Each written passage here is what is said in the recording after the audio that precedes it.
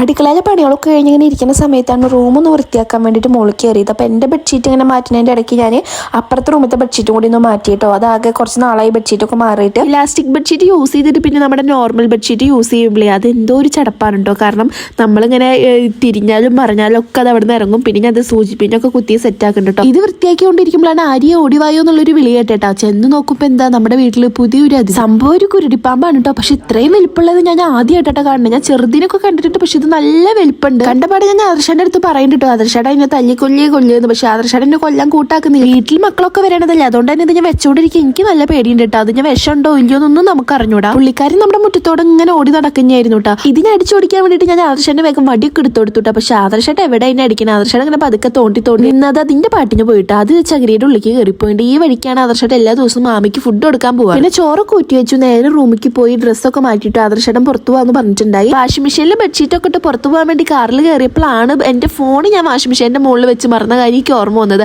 അങ്ങനെ അതൊക്കെ എടുത്ത് ഞാനും ആദർശനും കൂടിയിട്ട് ഇറങ്ങിയിട്ടു. ആദർശനെ എന്തോ കൊറിയർ എടുക്കാണ്ടായിരുന്നു ടൗണിൽ നിന്ന്. സംഭവം കാറിന്റെ അലോയാണ് കേട്ടോ. അത് കാരണം വെയിറ്റ് ഉള്ള കാരണം നമ്മൾ ഇവിടെ വന്നിട്ട് തന്നെ എടുക്കണം കേട്ടോ. അപ്പോൾ സംഭവം നമ്മൾ അവിടെ ചെന്ന് നോക്കിയപ്പോൾ എത്തിയിട്ടില്ല, കുറച്ചുകൂടി ടൈം എടുക്കുമെന്ന് പറഞ്ഞു.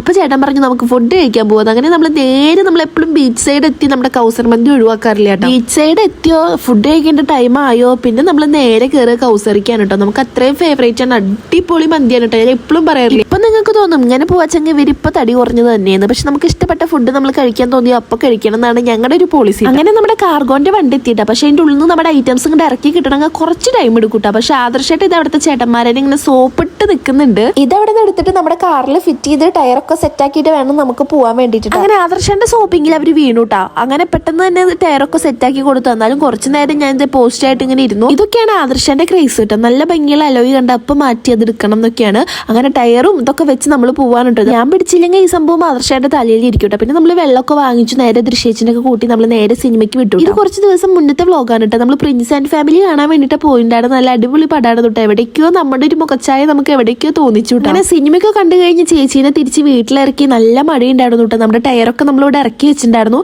അതൊക്കെ വീണ്ടും വണ്ടിയിലൊക്കെ എടുത്ത് കയറ്റി ആകെ നനഞ്ഞ് കുളിച്ചുട്ടോ. അപ്പോൾ പോണ വഴിക്ക് നമ്മൾ ചപ്പാത്തിയും പിന്നേക്ക് കുറച്ച് കൊറിയറൊക്കെ എടുക്കാണ്ടായിരുന്നു. അതൊക്കെ എടുത്ത് നമ്മൾ നേരെ നമ്മുടെ വീട്ടിലേക്ക് എത്തി. പുറത്ത് പോയി നമ്മുടെ വീട്ടിലേക്ക് തന്നെ കയറി ചെല്ലുമ്പോൾ ഉമ്മറത്ത് ലൈറ്റ് ഒന്നും കാണാത്തപ്പോൾ നമുക്ക് എന്തോ ഒരു വിഷമാവട്ടെ. പെട്ടെന്ന് അമ്മേനൊക്കെ ഓർമ്മ വരും. പിന്നെ കുറച്ച് നേരത്തേക്ക് മനസ്സിന് ഒരു സുഖം ഉണ്ടാവില്ല കേട്ടോ. അങ്ങനെ വീട്ടിൽ കയറി പിന്നെ നമുക്ക് ചപ്പാത്തിയൊക്കെ ചൂടാക്കണ്ടായിരുന്നു കേട്ടോ.